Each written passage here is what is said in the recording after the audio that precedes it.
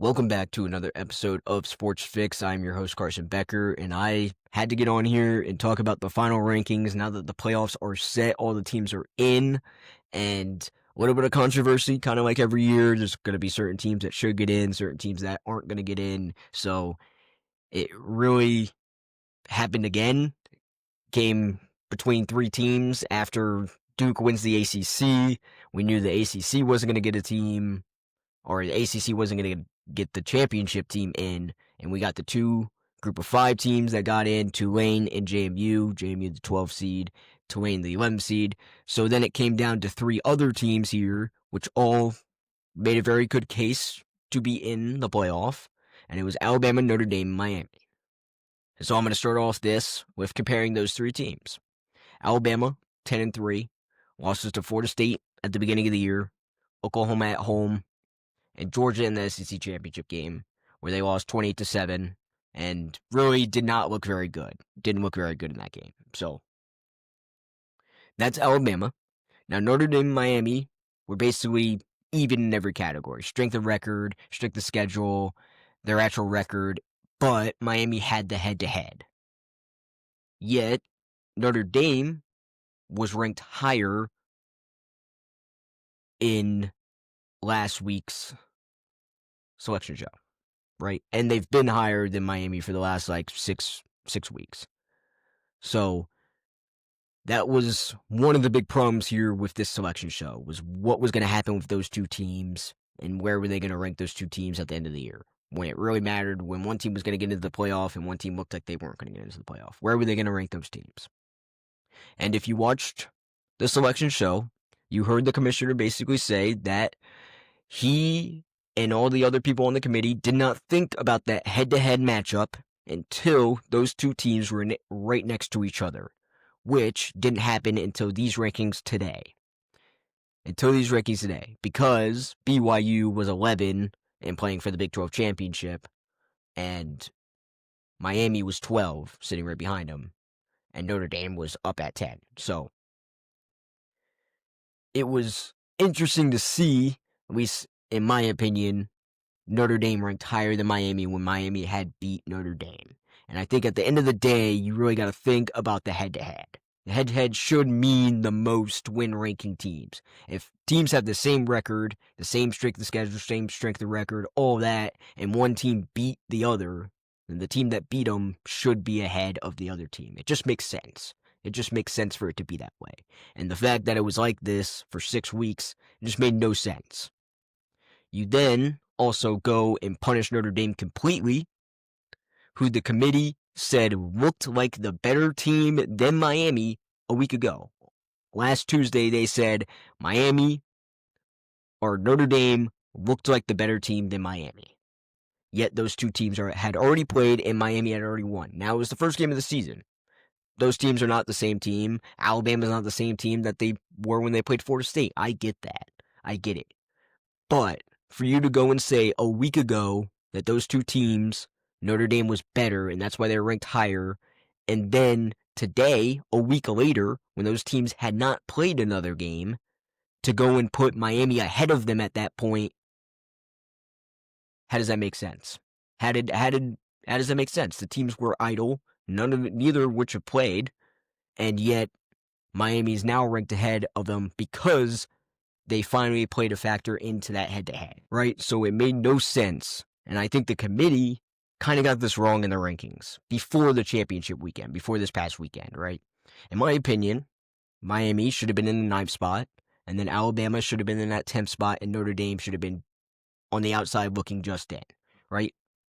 If you ranked it that way, that would have killed this whole three-team debate right there.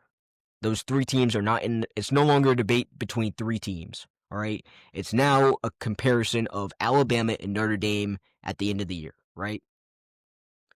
Championship weekend ends, and you now compare Alabama and Notre Dame. Miami's already in. If Miami's ahead of Notre Dame to begin with, it controls this whole thing, and now ranking Miami ahead of Notre Dame just made the committee look stupid. I mean, it just made them look dumb all year for having them ranked higher and then basically putting them in at the very end. So that was just very interesting to me. Then it becomes Alabama versus Notre Dame, and who do you rank higher in that sense? Alabama goes and plays in the SEC championship, where they lose by 3 scores, but they are the number 1 seed in the SEC, which the committee usually sees as the best conference. Notre Dame obviously doesn't play in a conference, so that kind of hurt them a little bit there anyway. And so it kills the whole debate. It takes out a lot of the controversy that happened today, and it makes for a much more understanding from the public of how they rank the teams before that and how they rank the teams during now in the playoffs. So that was one thing I really wanted to talk about. And now another thing that I found very interesting was the fact that Ole Miss did not move anywhere even after losing Lane Kiffin. Right? Now, in the committee's criteria, they have teams that could move if a player or coach is unavailable or no longer with the team. And that is a criteria that is actually written in their rankings. That is how they rank stuff. And it came into effect when a undefeated conference champion, Florida State, was held out of a playoff spot a couple years ago when they lost their quarterback and Alabama jumped into the playoffs. Right. Now, this didn't have as much of an effect on the playoffs because both of these teams would have been in the playoffs no matter what. I think if anything, these two teams would have flipped. Texas A&M and Ole Miss would have flipped, and you got Texas A&M going to 6 and Ole Miss going to 7. So it wouldn't have played a huge effect, but it does change a couple of things. It changes the matchup, changes who they play in the next round as well. So there was a little bit of a reason for them to do it. And yet, the commissioner said, even with this criteria that showed up on the screen during the selection show, he said he didn't see any reason to move anyone that was idle, that was already in the playoff. So, either that criteria no longer applies, or they think Lane Kiffin coaching this Ole Miss team would have had no difference in the outcome of this game. Now, in the outcome of this game, maybe, because they are playing a Tulane team that they already beat 45-10. So maybe it wouldn't have played a difference. But I do think it's interesting that an Ole Miss team doesn't get affected by it, but a Florida State team. Now, I know it's a different committee in some sense from a couple years ago, but that is still their criteria. And I still think losing your head coach going into the playoffs should have some effect on your team. No matter how good your team is, that's going to affect your team a little bit. So I think that was very interesting. It would switch up the matchups a little bit. They would probably only swap those teams. Ole Miss would go to 7 and Texas A&M would go to 6. So it wouldn't change much, right? But the fact that they didn't move at all is very interesting. And that's just another thing I saw during the selection show that was very interesting to me. Then you got another thing that happened. There's a lot that happened in the selection show that made me want to hop on and talk about it right away as fast as I could and get it out there. Bama not moving a spot. Not only did they not drop out of the playoffs, which some people thought they could, they didn't even move a spot. They stayed at their 9th spot after getting beat by 3 scores in the SEC championship. I think that's very interesting. I don't know if Bama should have dropped all the way out. I don't know. It's very hard to see them drop all the way out when playing in an SEC championship game. So I don't think they should have dropped all the way out, but the fact they didn't drop a spot makes me question a little bit what they're doing with these conference championships. It really made it seem like the conference championships just didn't mean anything, and that the teams that were in the playoffs, if they were in the conference championship, if you're in the playoffs, you were going to be in, and you basically weren't going to move. The only team it affected was Ohio State flipping with Indiana after Indiana beat them. That's really the only thing that it affected. And that played little to no effect, honestly. So, I don't know. That was another thing that was very interesting. Alabama not moving a spot after getting dominated for 99% of that SEC game, basically the whole game.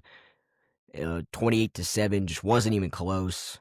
And so that's another thing that's very interesting. This committee seemed to be doing a lot of things right, other than the Notre Dame Miami thing. And now, after this selection show, it seems like they did a couple things that just I didn't like. I would have liked to see just certain things done different ways. Ole Miss drop a spot. Alabama definitely should have at least dropped a spot somewhere. They weren't even, it's not like they were a champion. Like, they lost that game. I could see them dropping to a 10 spot, and like it just, a lot of things just didn't make sense there. Now, there's another thing I want to bring up here, and it's going to be a little bit, some people are going to like it, some people aren't going to like it. Kind of depends which way you swing with it. Now, it's the group of 5 teams, right? Now, I don't have a problem with group of 5 teams being in the playoffs, because I think it's good to get new teams in the playoffs. You get new matchups. Now, it doesn't make for the best games most of the time, because you're playing a 5 seed and a 6 seed. You're playing an Oregon team. You're playing an Ole Miss team. So you're playing a really good team. So it doesn't make for necessarily great games. And this year it was kind of even weirder, because Duke won the ACC, and so 2 of them got in instead of just 1. But I think one thing that could make it a little better is maybe instead of just being a conference winner, they should have to be ranked a certain rank to get in or something like that. Now, I know that's going to be kind of hard for them because they don't play the same teams as a lot of these other teams, so it'd be hard for them to get ranked that high. But I think there has to be some kind of change, a small change. It doesn't have to be a huge change, but a small change to see how those group of 5 teams get into the playoffs. And then I think if those group of 5, I think if there's going to be 2 group of 5 teams that are going to get into the playoffs, right? I think what they should do, if there's 2 teams like it was this year, maybe you have a play-in game between those 2 teams to see who gets that 12 spot, and then you take one group of 5 team, and then you could put another team in there. So another team that was very deserving, obviously Notre Dame dropped all the way out of the playoff. They were very deserving to be in the playoff. They basically got taunted with a playoff spot all year until the very end. They were like, "Oh, we're gonna rank Miami ahead of you now because they beat you." No, we're gonna keep you ahead of them all year, and then at the very end, we're gonna be like, "Nah, you're not gonna get in. They beat you, so we gotta finally put you in." So you could put a Notre Dame team in, or even if it's not like this year, but other teams that were really good this year. Texas was really good. Vanderbilt was a very good team. There's a couple other teams that are just out that were really good that definitely could have made a difference in the playoffs. So I think a little change to that. And if we're not going to do that, we're going to keep expanding. And then you go to like a 16 team playoff. And I mean, at some point, you got to stop expanding. So we'll see kind of what happens. I'm sure we're going to expand past 12 at some point, and there's going to be more teams that get in anyway. But I think for now, with this year at least, it being 2 group of 5 teams getting in, it was a very weird year with the ACC being so bad, and an 8-5 ACC team winning the ACC just kind of threw everything for a loop. But I like to see those group of 5 teams in, but they are very heavy underdogs in the games that they're going to play. And we already saw one of these matchups earlier in the season. Ole Miss played Tulane early in the year, and they beat them 45-10. So it wasn't a close game, and it probably won't be a close game here either. So it just doesn't make for much great competition. I like seeing maybe a play-in if 2 teams are going to get in or should be in for the group of 5 like it is this year. Then maybe they have a play-in and one of them gets in, and you could throw another team in there that's deserving as well. Like a Notre Dame team would make another great playoff team. So that's one thing I would maybe change, just my opinion. I don't know what you guys think we should do with that, with the group of 5, and with this committee after some of the controversial calls that they made in this year's playoff. I think it's very interesting, and I could go on and on and on about it for an hour if I really wanted to, but I'll move on to another thing I wanted to talk about in this episode, and that's Notre Dame, going back to the Notre Dame angle. How long does it take Notre Dame to look into getting into the ACC? Now, I know they have the big TV deal, and that's why they're not in a conference, but if they played in the ACC this year, they probably would have won the ACC pretty handily. They could get that automatic bid instead of just relying on them to be one of those top 12 teams to just get in. And They've kind of been coasting by, getting into the playoff every year. They've been playing well enough to get into the playoff. And I know I've said a lot of stuff about Notre Dame on this podcast, and I haven't been the biggest fan of Notre Dame, but the fact that the committee had them in the playoffs for 7, 8, 9 weeks in a row, and then at the very end just took them completely out. It was kind of messed up, honestly. It was kind of messed up, and I really do enjoy watching Jeremiah Love. And it's unfortunate that we're not going to get to see him in a playoff game. But at some point, when do they look to get into the ACC, play in the ACC, and go and win the ACC? Because they probably easily would have won the ACC. They went 5-1 against ACC teams this year. They only lost to Miami in the first game of the season with a freshman quarterback who still played pretty well in that game, has really grown. Jeremiah Love's really come alive at the end of the year.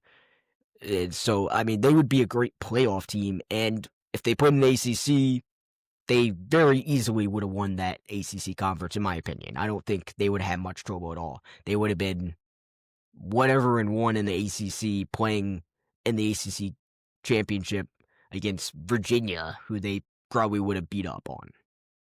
So that's another thing Notre Dame maybe thinks about. Now, I know their TV deal, so they might not, it might just be this year, all right, they didn't get in, whatever, and they're going to go back and just, oh, this time we're not going to lose 2 games, or we're not going to schedule those good games anymore, because a lot of teams are thinking about changing their schedules now, too. So maybe they just don't schedule those games next year, and then we get them playing all the bad teams and all the military schools or whatever they do. So I don't know. I think we're definitely heading in a potentially bad situation here in college football, and it could very well mess up conference championships. Could have been messed up this year if Alabama dropped out. People would have thought, oh, maybe you just don't want to play in conference championships. And head-to-head was almost messed up. It was messed up for most of the year, and then they finally fixed it at the end of the year. It's like they were listening to what people were saying. And so a whole lot of stuff this year just did not make sense. But with all that, the playoff is set. We do have some great matchups coming up, and I'll go through the whole playoff, all the teams I think are going to win, who I think is going to win at each matchup, who I think is going to go on and win the national championship, which is going to be very tough. A lot of good defensive teams in this playoff. Not seeing a whole lot of high-powered offenses, though, which is very interesting to see. So we'll see kind of who wins the playoffs and who is going to go and be the team to hold up the national championship in Miami. So that's all I'll talk about in this episode. Thank you for watching. I am Carson Becker, and I will see you next time.